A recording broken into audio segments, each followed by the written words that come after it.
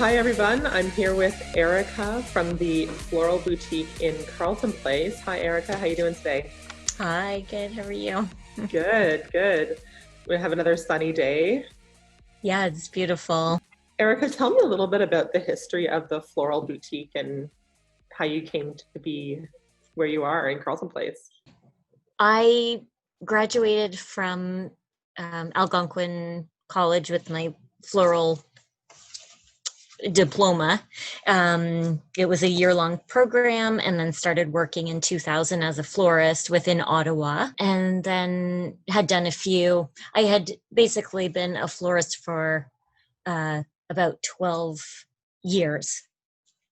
Within Ottawa, and I had gone to Europe a few times to Wow. do a placement in Holland, and learned a lot from lots of different talented florists. No kidding. And I met my husband in one of the flower shops where I was working in Ottawa. He was a floral wholesaler who drove a truck filled with flowers around to the flower shops, and then you buy flowers right off the flower truck. Wow. And so we met, and it was always his dream, actually, to open a flower shop. And I was always more apprehensive. I'm just always a little more cautious about that kind of thing. And he's more of a risk Mm. taker. But the timing just all came together. The flower shop where I was working was going to be going up for sale. And my husband had been laid off from his job as a wholesaler. And so it all just felt right at the time to take the leap and open a shop.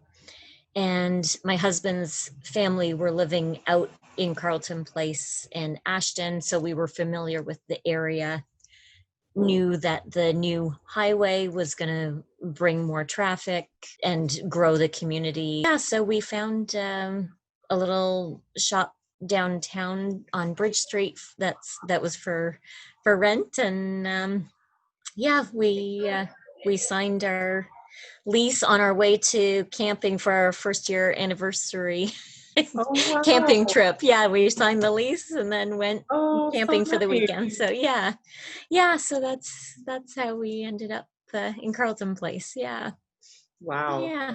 So when was that hmm that you opened the shop then? That was in 2012. 12. Okay. So we're in our eighth year right now. Wow, it's hard to believe it's been that long. It feels like I you've always been here. I know. I know it definitely has flown by. It's hard Yeah. to believe that, yeah, that it was 8 years ago now. Yeah. Yeah. Well, we love coming in. You see my husband Hal and our son John all the time Mhm. coming in. And they love to pick out the flowers. You let them in the cooler, so they really enjoy I that. know. He's so cute. The little boy John is Yeah. so I've seen him grow up too, as No. Well, because he was and I've born seen in a lot of 2012 actually. So um, pardon. he was born in 2012, so he's been around as long as you guys have. Okay, yeah. And he came in just as a little toddler for Yeah. the first time, I remember. Yeah, and yeah, he's growing into a little mature little man. Yes. Yeah. He loves coming in. He's Um, cute. Yeah. So I see that you have won a ton of awards as well. Your website has a link, and there's quite a few. How did Oh, that I come I about? can't even honestly remember all the ones I won. I can think of a few right now. One of the flower shops where I was working when the Tulip Festival was on in Ottawa, I Mm, know that I won something for an entry that a design that I had done. Won an entry at the Tulip Festival, and then someone nominated me. Once I had the flower shop, I can't remember exactly how old I was, but I was under 40 at the time. So someone nominated me for top 40 oh, right. florists under 40 years old. Amazing. And that was, I think, throughout Canada, or it must have been Ontario. Yeah, so those are two that I can remember, but yeah, Good for yeah, you. no, yeah, no, feels nice to, you know, have someone acknowledge that, your accomplishment or Well, yeah. you work hard and you're so creative. It's nice to be Mm, recognized for yeah. those things. Yeah, Absolutely. and it's just fun really to enter designs into competitions as well. It's kind of more of a challenge. It's not like Right. you can be a little more outside of the box as far as the creativity Right. when you're designing an arrangement to go to somebody's home. It Mhm. has to be practical as far as longevity and Right. deliverability, like just the practical part Right. of getting it from one point to the other point. But whenever you're entering designs into competitions, you don't have to think necessarily about it lasting as long as 2 weeks or anything. Yeah, so it's That's can be more amazing. fun. Yeah. What, like, how did you know that floral design was gonna be part of your future? How did that come about? Well, it honestly was uh never something that I knew all along was going to happen. I honestly didn't even have a passion for flowers. It was more of a looking for a creative outlet as a career. I had been traveling and I had first graduated out of high school with a social work diploma and had worked for a few years in that, found out that it wasn't quite what I was looking for, and then traveled and then came back to my hometown and was looking for a new path. And I was looking through the course catalog for the colleges, and it was either between interior design or the retail florist program. So I just chose the floral program. So Oh, yeah, you found your passion at college. That's yeah, amazing. yeah. I love so many things about being a florist. Like the creative outlet is probably number one, Yeah. and I like working on my feet. I wouldn't be good sitting in an office. Yeah, so those Yeah, are two things that are definitely high on my list as far as right. yeah, things that I like about it. Yeah. Yeah. What's your philosophy as a florist? Like, what do you aim to achieve? Oh, I do enjoy the reactions that people have. I often get a phone call and I'm always on edge wondering if, when somebody says, "Oh, I just received an arrangement from you," or "I sent an arrangement Nice. yesterday," and I brace myself thinking that it may be a negative complaint or something. Oh, But no. yeah, I do get lots of phone calls. Actually, people take the time to call me and say, that the recipient loved the arrangement or it was what they were looking for. And I guess that's what I guess the main goal is, and something that's nice is that that other people are enjoying Mhm. the designs, and then that the flowers are lasting, and Yeah, that's I guess where what the goal is to have people enjoying the flowers. Yeah. right. Yeah. Yeah. Um, what would be your main source of business then? Is it people coming in and getting arrangements, or is it more contract work? What's the usual? I would say the majority is by phone or online Mhm. orders. And for deliveries, often people are out of town and calling, or sometimes people in town are calling as well just to place an order for delivery. And that has been a real advantage through all of the COVID, Mhm. the shutdowns and people being more reluctant um, be to go out and stay at home. Mhm. It's definitely a business that was already conducive to like online or Right. you know yeah. So were you able to stay open then these last several months, or how has this affected everything for you? Yeah, so I closed down for 2 weeks when Ford first made the announcement about businesses closing down. But I found through those 2 weeks, people were still contacting me and saying, "Oh, I know you're closed, but can I buy a plant or can I still get a delivery?" And then so I was in touch with a few of my wholesalers, and they were still able to ship fresh flowers several times a week to me. So that's obviously the main factor, is that I can continue to receive shipments of fresh flowers. Yeah. So after that, then I opened just remotely and for curbside pickups or curbside deliveries, and just phone and online orders. And yeah, so I feel really fortunate that I was able to continue for the most part throughout the whole a few months with the door closed and still be able to carry on with business. Yeah. Well, Yeah. you bring some sunshine into people's lives when when other things are dark, you know? Yeah. It's been Yeah. trying, but those little pick-me-ups go a long way, I'm sure. Yeah, especially through this time when people can't see each other or Mm, can't go out to shop for other gifts. right, Yeah, it's one way to connect with people.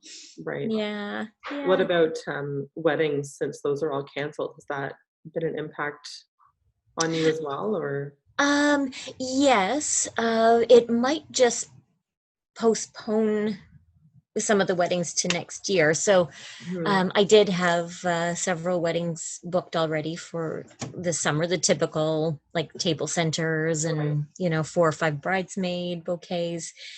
Some brides have chosen to postpone their weddings to 2021, and others I've gotten, or some of the existing brides have decided to scale back their wedding and just carry on for their original date this year and just do a smaller scale.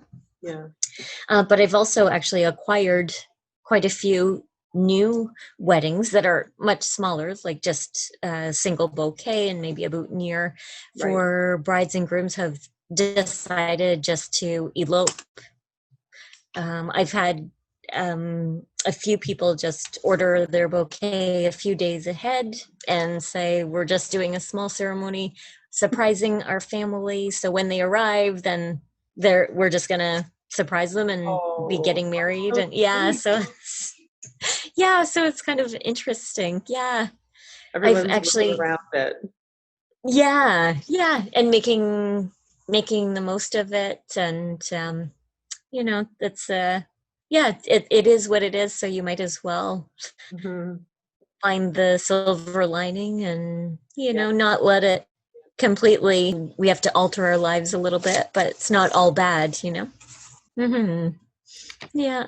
good. That's good to know that people are still kinda going ahead with their lives a little bit and Yeah. not letting this dictate the future, you know? Yeah, well, and I actually have been contacted by a new business owner. I think her business has been created out of the need for um, the smaller weddings.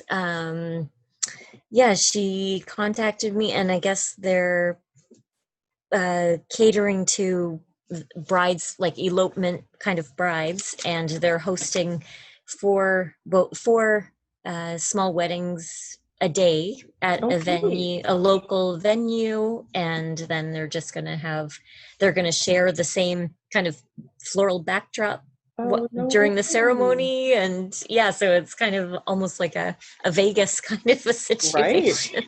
Yeah, which What a great seems idea. really, yeah, really innovative and fun, and yeah, practical. Yes. Yeah, the entrepreneurs are out and about right now. This is the time to shine if you're an entrepreneur, that's for Yeah, sure. yeah. Yeah, Um, definitely. is there a most popular plant or flower that you sell? What's the Mm. most popular thing that you sell? There's definitely some trends for flowers and plants. I would say right now there's a few plants. Succulents are still a Mm. huge trend. Something called a fiddle leaf ficus is really sought after. It's in all design magazines, like home magazines, and very trendy. Those are definitely two plants. And yeah, a lot of the more unique, interesting succulents like string of pearls and string Yeah, of turtles. And yeah, they're kind of very sought after. that's Yeah. great. I mean, you always have so many different things in the shop. It's nice to be able to walk around and see something new when Hmm. you go in. So Yeah, um, yeah. I'm sure it's fun to keep up with the new trends. Yeah, just trying to keep up with the Yeah. demand. Yeah. So Yeah. how have you seen the floral industry change over your many years in the industry? Well, the plants have always been there, but they've definitely taken a huge surgence forward, especially throughout the COVID when people were at home. Sure. A lot more to care for their plants and appreciate the plants and make their space that they're spending most of their days in Mm. more beautiful. One thing definitely is the funeral arrangements have definitely changed over the years. They used to be funerals must have been it used to be quite large, and Right. it was like often you know the funeral and wake would go on for several days, and Mm. everybody would send flowers, but that's definitely scaled back with just 1 day services or just even family services. So Yeah. yeah, so there's less demand for flowers for funerals. That's for sure. Yeah, something not everybody thinks about. No. When you think about a flower shop, you don't always think about the Yeah. bereavement flowers, but Right. yeah, Of course. So, yeah. like, what would be the one of the biggest myths about a flower shop or owning a flower shop or what Hmm. it's actually like behind the scenes? What do people think it is, and what is it really? Yeah. Well, one of the things everybody, or a lot of people, um, I think that it's just they see just playing with flowers and spending the day with surrounded by plants and flowers, and it is a great environment to work in for sure because of all of that. It definitely more physical than I think a lot of people would realize. I'm on my feet for probably at least 9 hours a day. Like we work through lunches. Any flower shop where I've worked, we usually work through lunch and answer the phone. And, if you happen to have a chance to step out for 15 minutes, then then then it's great and take the opportunity when you can, but it's not Mhm. always a set lunch hour if it gets busy. Yeah, I would say the biggest thing though is the physical demand. You're holding, hauling buckets of water around Right. and just being on your feet, and yeah, yeah, you have to be stronger usually to be able to be resilient enough Yeah, I to never would have handle. thought of that. So we're kind of coming to the end, but I wanted to ask you a couple of questions that I'm asking everybody. First one is, what is your favorite hidden gem in Lanark County? Whether it's a shop or a restaurant or a spot in nature, what's your Mhm. favorite part of Lanark County? It's very unlikely. I'm new to the area, so a lot of things I've kind of just discovering. There's two places I'll mention. So Cardon Tools is the least likely place that I would probably think of mentioning. Um, it's out on Highway 7, and Yes. they carry brand new tools and older tools, but they've always got really interesting antiques and Really? yeah, just really cool things. I get inspiration from going into the tool I place, even I though mean, I'm I've not. driven by so many times, but I've just assumed it was like a you go there to get your tools, but I Yeah, never yeah. thought that it'd be a cool place to go. Yeah, no, I enjoy walking around in there looking to see what I can find, and the owners are always nice, and there's a little old cat who lives in the warehouse, you know. Yeah, so it's yeah, it's really Oh, really an that's so interesting fun. place. Yeah. And then the other place that I've discovered last summer was Revival, which is repurposing and antique place in an old church on out in Franktown. Yeah. And yeah, and I get inspiration from going in there and just seeing how they display everything. It's yeah, they're very creative, and so going in there makes me, it's just inspiring, gives me some Yeah. inspiration, and renews my energy sometimes if I go in there. Oh, those are great. I love that. Yeah. And then the last thing, whether it has to do with business or your personal life, what is the best piece of advice you've ever gotten and who gave it to you? Hmm. Oh my goodness. Putting you on the That's spot. that's a tough one. I'm Or do trying. you have any advice that you would give a new business owner or someone looking to get into your industry? Well, for that, I would just say you just got to do it. You just got Right. to jump in with both feet and take a chance, and there, I don't know if there's any other way to do it really, but Yes. So yeah. true. Just have faith and Yeah, take in the yourself leap, for and sure. yeah. Yeah. Well, that's Yeah. awesome. Thank you so much, Erica, for joining me today on the We Know Lanark County podcast. I'm really honored that you took some time out of your busy schedule. Thanks so much, Laura. I appreciate it. We'll see you soon. Okay. Okay, bye. Bye. Thanks. Bye.